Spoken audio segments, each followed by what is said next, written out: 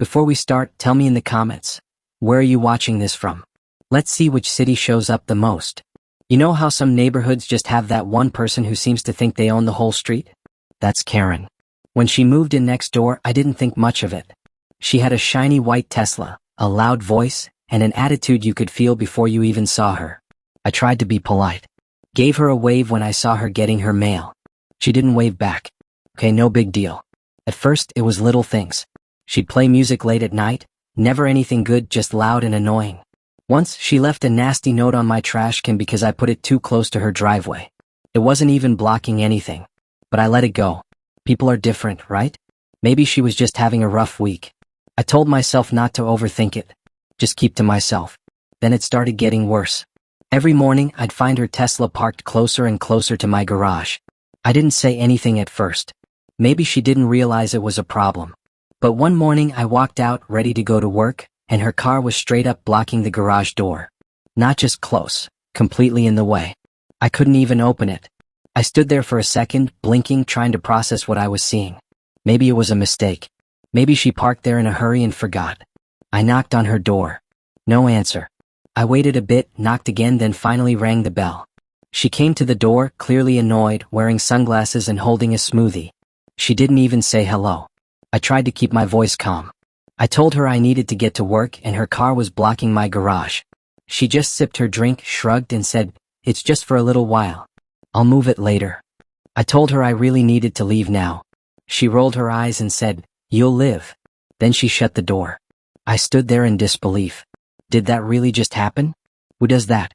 I ended up having to call into work and explain that I couldn't leave my own house because of a neighbor's car.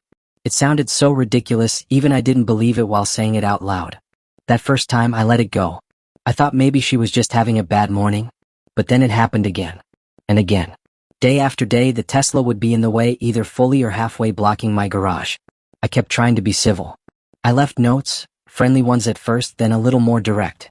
I knocked on her door a few more times, only to be met with more eye rolls and sarcastic responses. One day I asked, "Is there a reason you keep parking in front of my garage?" She said, "It's a public street.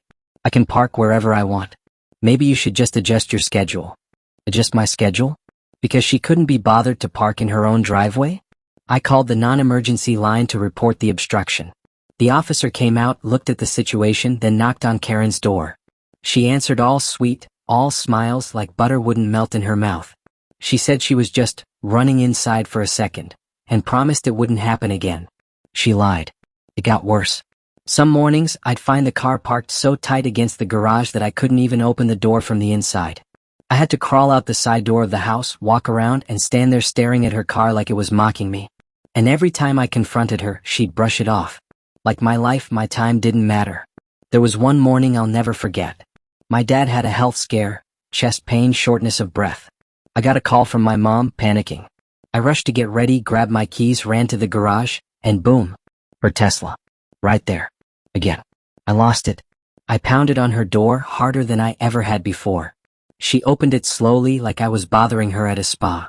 I told her it was an emergency. I needed to get to the hospital. She actually smirked.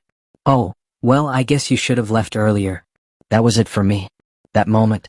Something changed inside me. It wasn't just about parking anymore. It was about basic human decency. Respect. She had none. My hands were shaking when I finally got a ride from a neighbor. I got to the hospital in time, thank God. My dad was okay. But I kept thinking, what if I hadn't been?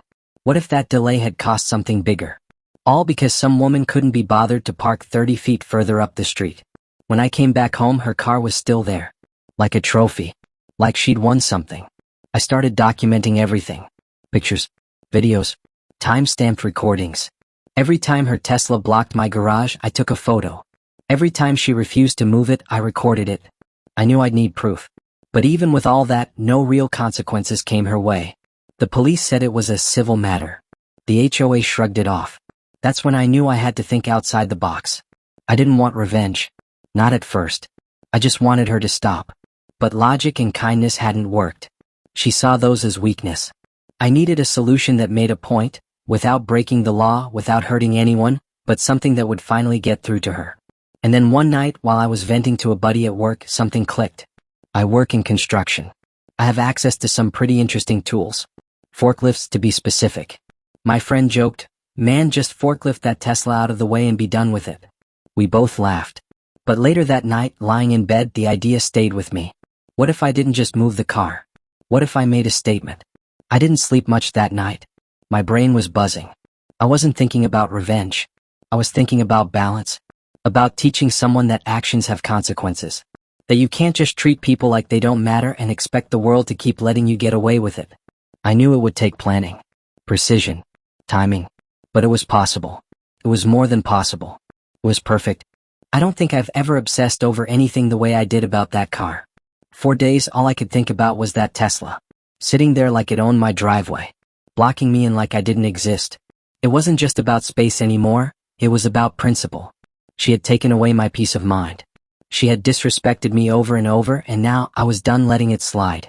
The forklift idea kept playing in my head like a movie reel. At first, it felt ridiculous. I mean, who does that? But the more I thought about it, the more it made sense. I wasn't going to damage anything. I wasn't going to break the law. I was just going to move her car.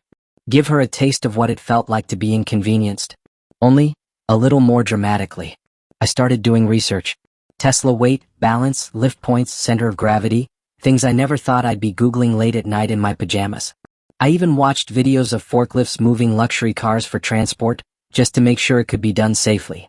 I knew I couldn't just wing it. This had to be precise, clean, and most importantly, undeniably safe. I didn't want to break anything. I just wanted her to see that she couldn't bully people forever. That week I waited, watched her routine. Noticed how she always left the car out front overnight when she had evening plans. Around 8 p.m. she'd leave, come back by 11, and just dump the Tesla right in front of my garage again, without even glancing in my direction. One night, she came home later than usual. I watched from my upstairs window, lights off like I was in some sort of spy movie. Her headlights cut across my front lawn. She parked exactly where I knew she would, centered perfectly across my garage. Like clockwork. Like she was daring me to do something. That was the night I decided it was go time. The next evening after work, I stayed late. I made sure the forklift I'd be using was fully charged and running smoothly. It was a smaller one, the kind used for pallets and supplies. Not too loud, but strong enough to handle a Tesla, especially one of the lighter models.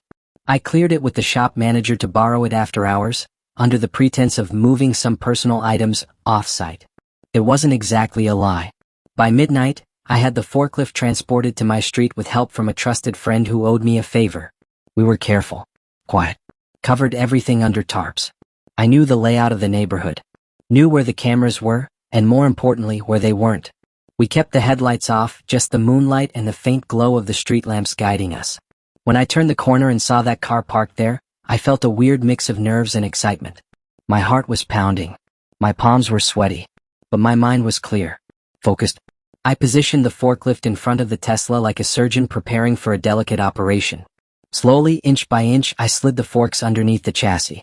I'd practiced this part a dozen times at the yard. I knew the exact angle to avoid damaging anything.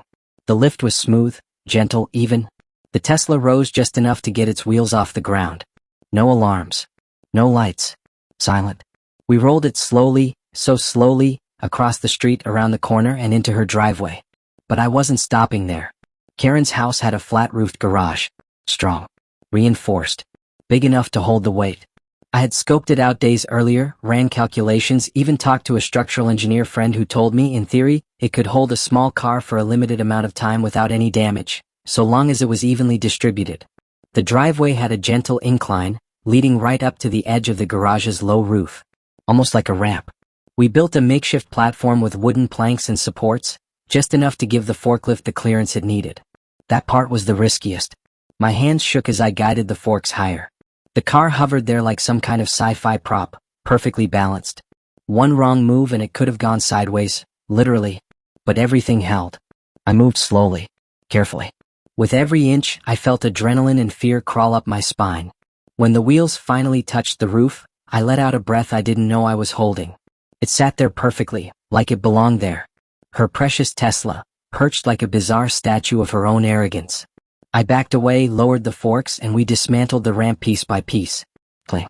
Quiet. No scratches. No evidence. By 2:30 a.m. we were done. The forklift was gone. The platform was gone. All that remained was her car, on her roof, looking like a rich person's art installation. I went inside and sat on the couch in the dark, still buzzing from what I'd just done. It felt surreal. Like I'd crossed some invisible line. Not into cruelty, but into something else. Justice. Maybe. Or just a well-deserved wake-up call. The next morning, I didn't even have to peek out the window. I heard her. A shriek. Not a regular scream. An honest-to-God, blood-boiling, soul-tearing screech from the depths of her entitled little heart. It echoed down the street like a foghorn of disbelief. I rushed to the window, acting like I had no idea what was going on. Peeking through the blinds just enough to see her in a robe, hair in wild disarray, staring up at her rooftop like the sky had betrayed her. Neighbors started coming out. Phones came out. Questions flew. She ran around like a cartoon character, pointing, yelling, pacing. She called someone, maybe the police, maybe a tow truck, I don't know. All I know is she looked completely unhinged. And nobody was rushing to help her. People had seen how she treated others. I wasn't the only one she'd crossed. This was just the first time someone had pushed back. As I stood there watching her lose her mind over her Tesla being exactly where it didn't belong, but still totally fine, I felt something strange. Relief. I hadn't damaged anything. I hadn't hurt anyone. But for once, I wasn't the one being pushed around. I wasn't the one apologizing. I wasn't the one making excuses for someone else's bad behavior. She had been given a small, silent message. You don't get to act like this forever. You don't get to be the villain in everyone's story without eventually starring in one of your own. And this story was just getting started. The thing about chaos is, it doesn't happen all at once. It creeps in, unfolds like a slow burn. And watching Karen that morning, screaming in her driveway, waving her arms at the sky, was like watching the first domino fall. I didn't move. I just sipped my coffee from behind the curtains, letting the warm mug steady my hands while the rest of the neighborhood slowly began to realize that something truly strange had happened. The Tesla sat there silently, almost smugly, as if it too was enjoying the show. Her beautiful, spotless white car, perched perfectly on her roof, like some kind of punishment straight out of a twisted fairy tale. The sun caught its curves. Birds landed near it like it was a new piece of real estate. People walked by, jaws open, phones out, capturing the madness. It wasn't every day you saw a luxury car sitting like a lawn ornament on a suburban rooftop. Karen paced the front lawn barefoot, phone pressed to her ear, yelling at whoever was on the other side. She was shaking, her face red, her words coming out in sharp, frantic bursts. I couldn't hear everything, but a few sentences stuck out. No, I didn't put it there. And yes, I'm telling you it's on the roof. And I swear to God when I find out who did this. She was unraveling, and it was strangely quiet in the neighborhood. No one was stepping in to help. Maybe they were scared. Maybe they were entertained. But more likely they were tired.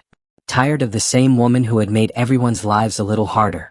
She'd barked at kids riding their bikes too close to her driveway. She'd screamed at the mailman over a bent package. She once called animal control on a neighbor's dog for looking aggressive from behind a 6-foot fence. Now the universe had finally turned the tables. A tow truck arrived a few hours later, crawling down the street like it already regretted being called. The driver stepped out, scratched his head, and stared up at the rooftop with the same expression everyone else had, disbelief. He asked her how the car got up there. She screamed, "If I knew that, don't you think I'd tell you?" He shook his head and radioed for backup. Apparently, they needed special equipment for something like this. Something heavy-duty. Something expensive. I watched her make calls all afternoon. Insurance. City code. Police. Even the fire department showed up briefly, but after realizing there was no emergency, no injuries, and no crime to deal with, they left. Just like that. No one could figure out how the car got there. No witnesses, no footage, no damage to the property. It was as if it had floated up and landed perfectly. Karen started accusing people. She walked around to a few neighbors, her voice a little less steady now, asking if they saw anything suspicious. Most said no. A few just smiled politely and said they'd been sleeping. I said nothing. I just nodded and wished her luck. By the end of the day, her lawn was empty. The crowd dispersed. The spectacle became yesterday's news. But the car stayed. Every day for that week, I passed by her house and saw it there, sitting like a quiet reminder of what happens when you treat people like stepping stones. The first 2 days, Karen barely left the house. Her curtains were drawn. Her driveway was empty, of course. Her embarrassment, however, was on full display for everyone to see. By the third day, word had spread. People from other neighborhoods started driving by just to see, the roof car. Some took selfies. Some just gawked. One guy brought his drone.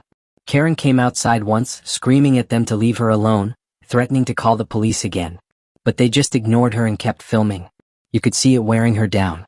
She wasn't sleeping. She was snapping at delivery drivers. One morning I saw her kick over her recycling bin in frustration. Her perfect little world, her precious sense of control, was slipping through her fingers. And she didn't know how to stop it. She finally got someone to lift the car down on the 7th day. A massive crane rolled in early in the morning. 2 men in bright orange vests worked for hours, setting up straps, checking balance, making sure the car wouldn't get damaged. It was slow, methodical, and very, very public. People gathered again. Some brought lawn chairs. Someone brought popcorn. And through it all, Karen stood by her porch, arms folded, face hard as stone. She didn't say a word. Didn't look at anyone. When the Tesla finally touched the ground, there was a round of applause. Not mocking, just amused. But the real twist came when her insurance company sent an inspector. Apparently, rooftop parking wasn't in their coverage plan. They asked for a statement. She didn't have one. There was no forced entry, no damage to the garage, no signs of a break-in. No footage. Nothing. And because of that, they refused to cover the crane costs. Called it an act of personal negligence. That one really stung. And as if fate hadn't already had enough fun, her car refused to start the next day. Not from damage. It was fine mechanically, but the battery had drained sitting idle for a week. Tesla had to send a tech to jump it. By the time everything was over, Karen had stopped speaking to anyone. No more loud music. No more nasty notes. Her trash cans were placed neatly, her car was never seen near my garage again. In fact, she started parking 3 houses down and walking back home, like even being near that driveway made her nervous. I never said a word to her. Never brought it up. Never even hinted at it. But every time I passed her on the sidewalk, I nodded politely. Sometimes she looked away. Sometimes she mumbled something. But mostly she just kept her head down and moved along. The rest of the neighborhood noticed the change too. The air felt lighter. People smiled more.